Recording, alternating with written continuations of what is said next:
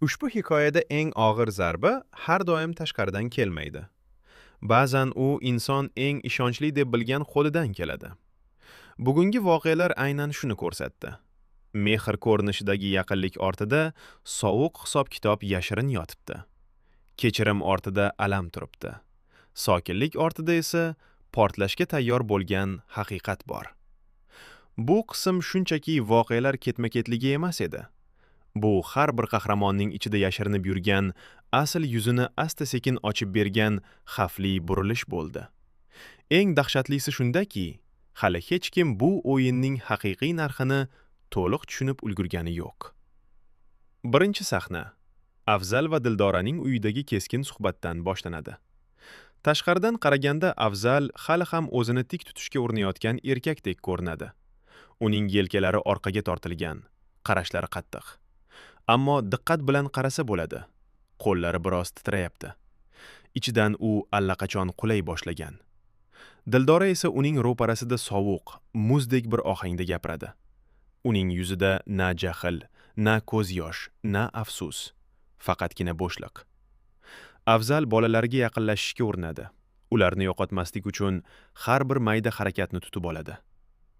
Bolalarni ko'rishga keldim, deydi u ovozni balandlatmasdan. Dildora esa javob qaytaradi. Ular hozir uxlayapti. Boshqa vaqt kel. So'zlar oddiy, ammo ularning ortida na nafrat, na o'kinch. Faqat bir narsa bor. Qaror. U endi ranjigan ayol emas, qarorini ichida pishirib bo'lgan ayolga aylangan.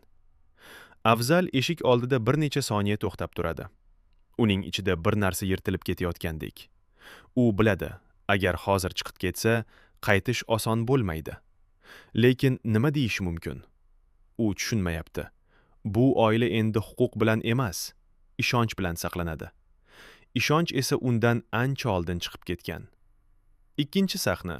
Bolalar xonasiga o'tamiz. Kichkina qiz yarim uyquda yotibdi. Onasi bilan otasining gaplarini eshitib qolgan. U hali hammasini tushunmaydi, lekin yuragi nimadir noto'g'ri ekanini sezadi. Ota eshikdan chiqib ketgach, Dildora bolalar xonasiga kiradi. U qizining yuziga qaraydi. Bolaning kipriklari harakatlanadi. U uxlamayotganini yashiradi. Dildora qizining boshini silaydi, lekin hech narsa demaydi.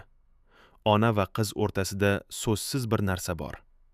Qiz otasini ko'rsa quvonadi, lekin uyga qaytib, yana boshqa haqiqatni yashaydi. Ana shu ikki olam orasida ezilayotgan bolalarning sukuti keyingi kunlarda juda katta qarorning sababiga aylanishi mumkin. Afzalning ko'zlarida yana bir narsa bor edi.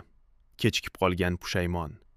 U hali hammasini kuch bilan, talab bilan, bu mening haqqim degan ohang bilan qaytarib olaman deb o'ylayapti. Lekin xato qiladi. Uchinchi sahna Nazokatning uyi. Tashqaridan qaraganda bu oddiy, tinch bir uy. Ammo devorlarning ichida nimlar yashirinayotganini hech kim bilmaydi. Nazokat oshxonada choy tayyorlayapti. Uning yuzida muloyim tabassum.